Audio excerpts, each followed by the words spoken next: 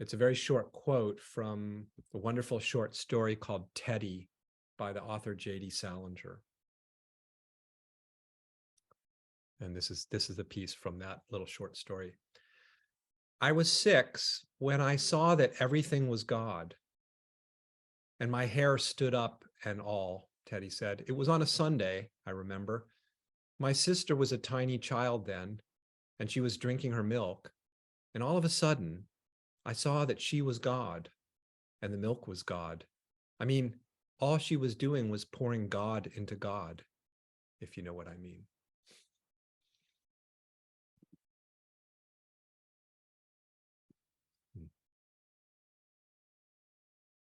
Yeah.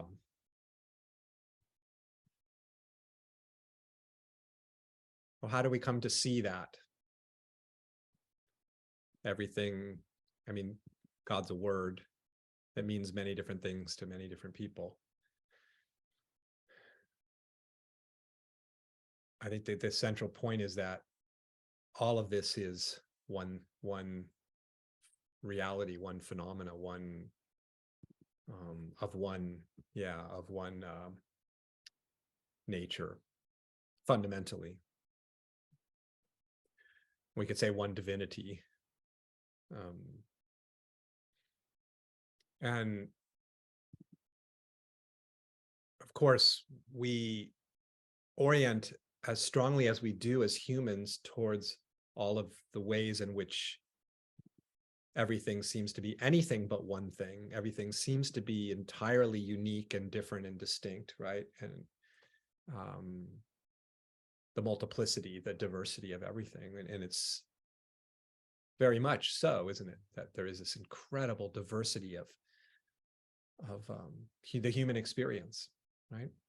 It's unbelievable. I mean, I've been riding some rather wild human waves over the last week, and in particular, and just sort of amazing the array of experiences we can have as humans, from the most ecstatic to the most challenging, right?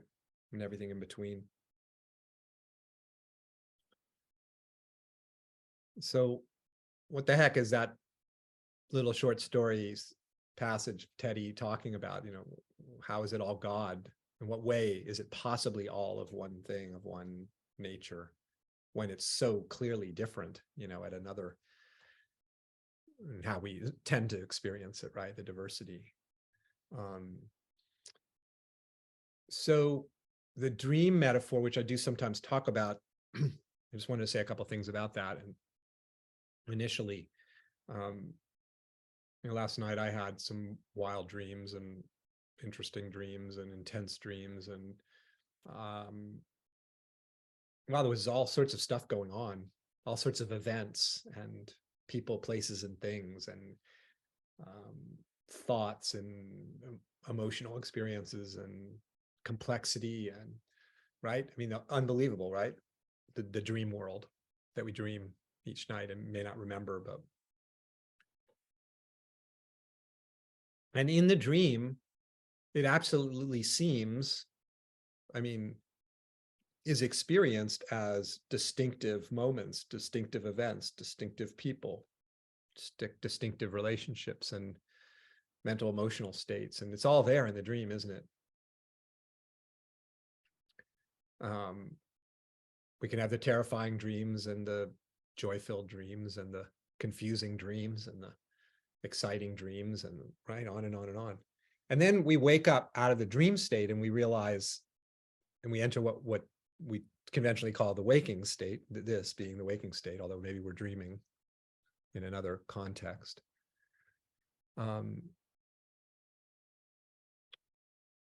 We wake from the dream and we realize, holy cow, all of that differentiation and distinction, seeming that the seemingly different flavors of the dream state and events and people, places, and things, were all of one thing, aren't they? They are all whatever it is called the dreaming consciousness, right?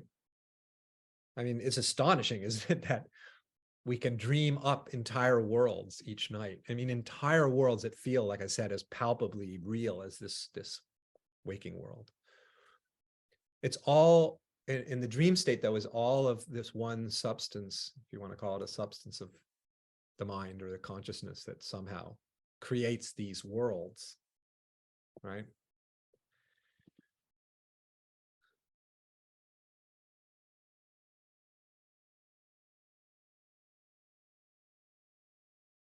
Our situation in what we call the waking state is very much the same in a way, in that we experience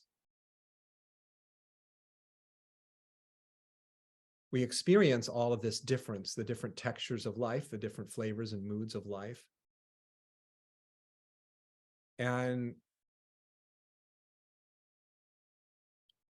But it turns out that, as that passage was indicating, all of this difference is fundamentally, simultaneously, paradoxically all the same.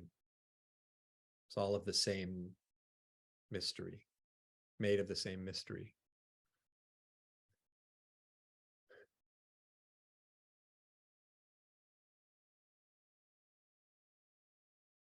So how do we recognize that? How do we, in many ways, that's the essence of essentially what I'm attempting to convey through all of these meetings and my writings, and somehow through our collective exploration, come to see that and discover that for ourselves and our own experience, the way in which that is so. The way in which our sadness is the same as joy from this other perspective. You know, to go back just for a moment to the dream state. So from the perspective of the dream, sadness is completely different than joy, right? And terror is completely different than ecstasy. From the perspective of the dream. From the perspective of the waking state, we recognize that they're all the same, don't we? So now we're in the waking state, from the perspective of how things seem to be, just as they seem to be in the dream state, distinct, different, right? Flavors, experiences, some we like, some we can't stand, some we try to avoid, some we really want to go after and have more of, right? From within the perspective of our ordinary, you could say, frame of reference in the waking state, that's how it seems to be, just like that. And there's virtually, among human culture, almost no questioning of that. So the analog here to the waking from the dream state is waking from the waking state, in a sense, to see what it is all made of. When we wake from the dream, we see it's all made of the dream stuff, and it's all the same fundamentally. So waking from the waking state is to see that all that we behold and experience and encounter as the flavors and textures of life, and not to deny the reality of that from within the frame of reference of how we seem to be describing things and encountering them, is very real. But we can awaken from that to another perspective on all of this, which is it is all of the same essence, essential nature, basic nature. So here we are, and we have what we have to investigate right now with respect to all that I've just kind of introduced there as a context for this exploration, is to explore our experience right now and to feel the way in which whatever is occurring, and however you may be describing it, is all, we could say, energy. It's all energy. Now, we'll come later to this question of what is energy, but we'll use this as an initial kind of launching pad of sorts to feel the energetic quality of everything. It doesn't matter what you're experiencing right now. It doesn't matter what you're feeling, thinking, sensing, none of it in this context, because all of it can be felt. And we are, in a very real sense, feeling it right now as a kind of subtle energy. Just feel that. All of this energy moving as each one of these things, these experiences, these dimensions of experience, but all of it, this subtle energy.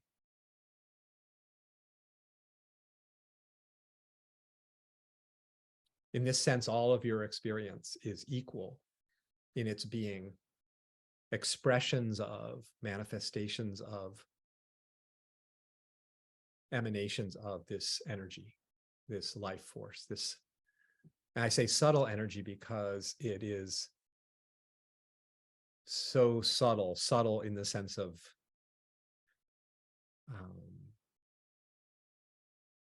can't quite pin it down. It's that subtle. Subtle beyond subtle beyond subtle. Even the most palpably present kind of not subtle, if you will, like it's here, this is here, body's not subtle, it's like it's here. But you feel the body as energy, and you immediately are thrust into the subtlety of it, the subtle nature of it, of these movements of life force, of energy. Just feel that. This is all we're feeling, is subtle energy in different, you could say, expressions and forms.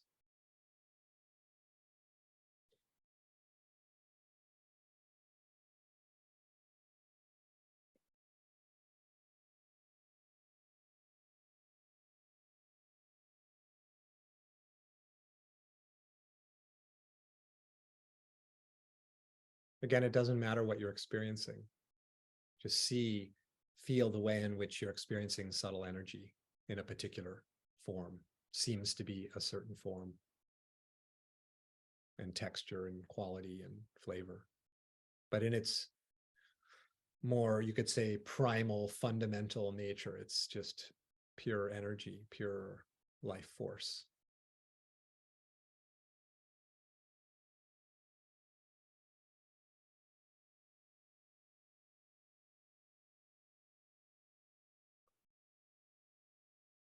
Everything I hear is a feeling what's being heard as energy, subtle energy. Everything I think, feeling it as subtle energy. Everything emotional state I might experience, subtle energy. Every sensation.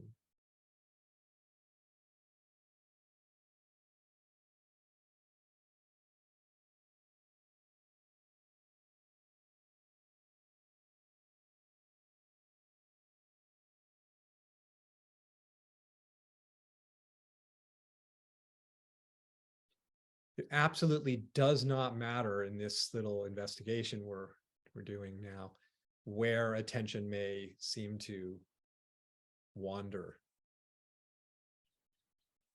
It's as if you imagine it's like a spotlight, the spotlight of attention just wandering around. It's not really like this, but you kind of describe it like wandering around, and it happens upon a focus of attention, and then another focus of attention, and oh, there's this, the spotlight of attention. And wherever it wanders around, realize that what it's encountering is more subtle energy. So in this sense, it doesn't matter where your attention, you don't have to control your attention, you don't have to direct it, you don't have to regulate anything about your experience at all, including your attention. Like you can't miss it. You can't miss the subtle energy, because that's all you're encountering is subtle energy.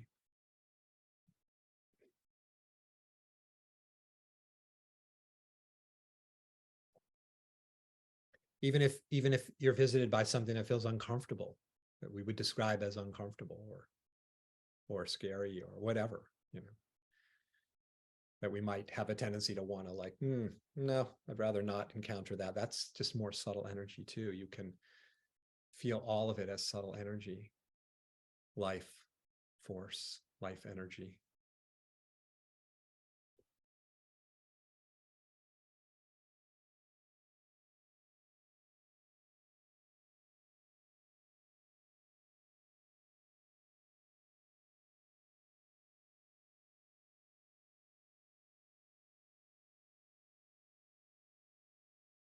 So alive, this energy. So dynamic, isn't it? So palpable. This is what we're feeling, isn't it? This energy, this liveliness, this vitality. In all things, as all things, this energy, this subtle energy. Feel the subtlety of it in the sense of What is this energy? Feel that, feel your way into that question. What is energy? What is being felt that we might call life force or a subtle energy? What is it?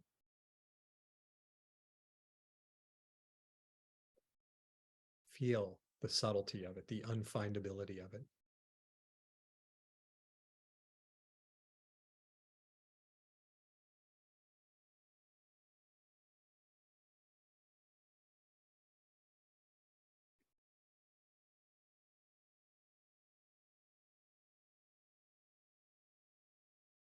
No need to think about it.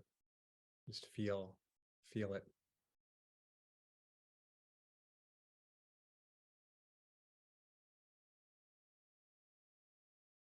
Again, you don't have to go anywhere to find the subtle energy. For everywhere you go, you find the subtle energy. It, in a sense, is coming to us, we could say. I mean, it is us. We're not standing outside of the subtle energy and noticing it and observing it, are we? We are made of this, the body, the mind, personality, sense of a self, if there is one present. More of it, all of it, subtle energy.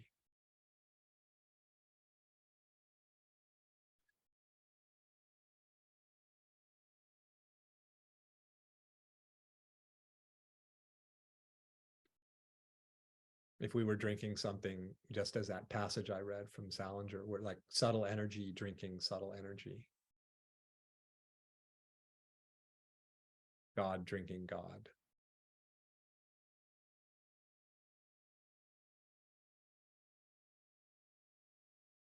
Subtle energy, feeling subtle energy, the consciousness, we might say, that's perceiving all of this subtle energy is itself subtle energy, isn't it? It's like subtle energy, turtles all the way down. It's subtle energy all the way down, down, down, down, down, the bottomless bottom.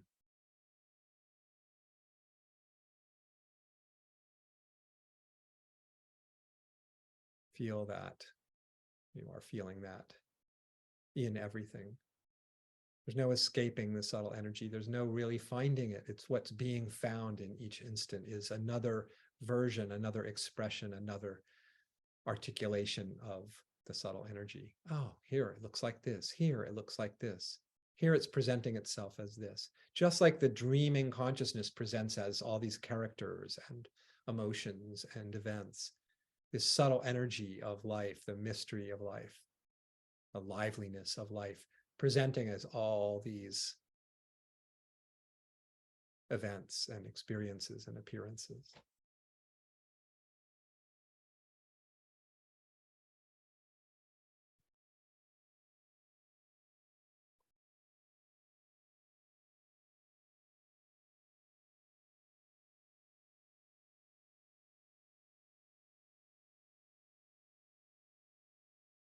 It matters not the state of our minds. It matters not the emotions that are happening. It matters not the circumstances, for the subtle energy is present in and as all of those things we call states and events and circumstances and experiences. There's no missing it in that sense. There's no departing from it. There's no losing it, nor finding it, because it was never lost. This inconceivable energy and vitality.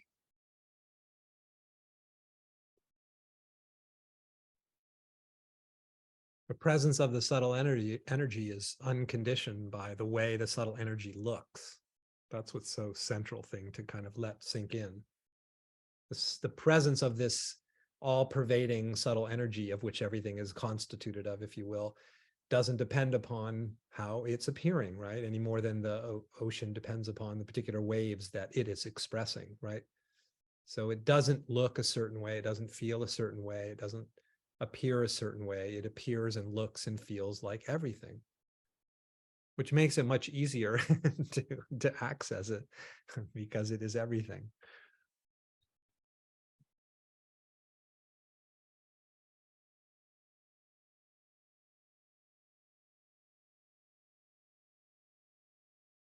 Even the difficult, gritty stuff.